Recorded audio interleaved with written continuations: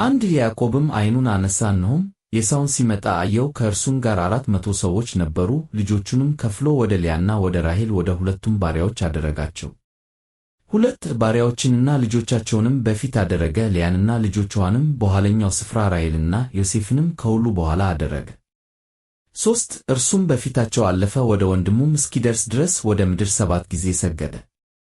4 ኤሳውም ሊገናኘው ሮጠ፣ አንገቱንም አቅፎ ሳመው፣ ተላቅሱም። 5 ዓይኑንም አነሣና ሴቶችንና ልጆችን አየ፣ እንዲህም አለ፣ እነዚህ ምኖች ናቸው? እርሱም እግዚአብሔር ለእኔ ለባሪያህ የሰጠኝ ልጆች ናቸው አለ። 6 ሴቶች ባሪያዎችም ከልጆቻቸው ጋር ቀርበው ሰገዱ። 7 ደግሞም ልያና ልጆቿ ቀርበው ሰገዱ። ከዚያም በኋላ ዮሴፍና ራሔል ቀርበው ሰገዱ።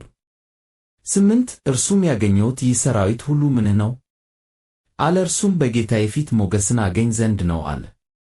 9 ኤሳውም ለእኔ ብዙ አለኝ፣ ወንድሜ ሆይ የአንተ ለአንተ ይሁን አለ።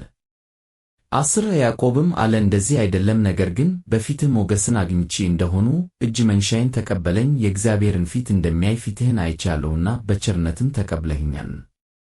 11 ይህችንም ያመጣሁልህን በረከቴን ተቀበል፣ እግዚአብሔር በቸርነት ሰጥቶኛልና ለእኔም ብዙ አለኝና እስኪቀበለውም ድረስ ዘበዘበው።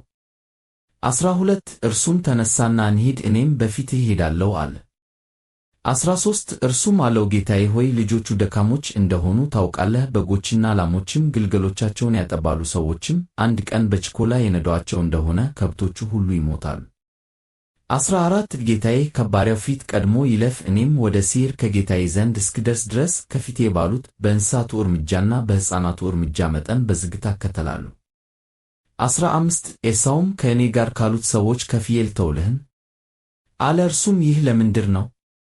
በጌታዬ ዘንድ ሞገስም ማግኘት ይበቃኛል አለ። 16 ኤሳውም በዚያን ቀን ወደ ሴይር መንገዱን ተመለሰ።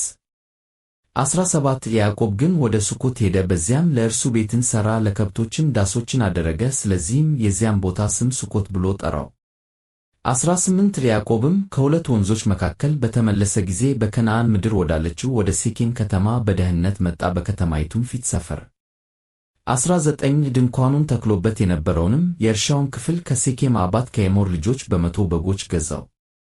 20 በዚያም መሠዊያውን አቆመ፣ ያንም ኤል ኤሎሄ እስራኤል ብሎ ጠራው።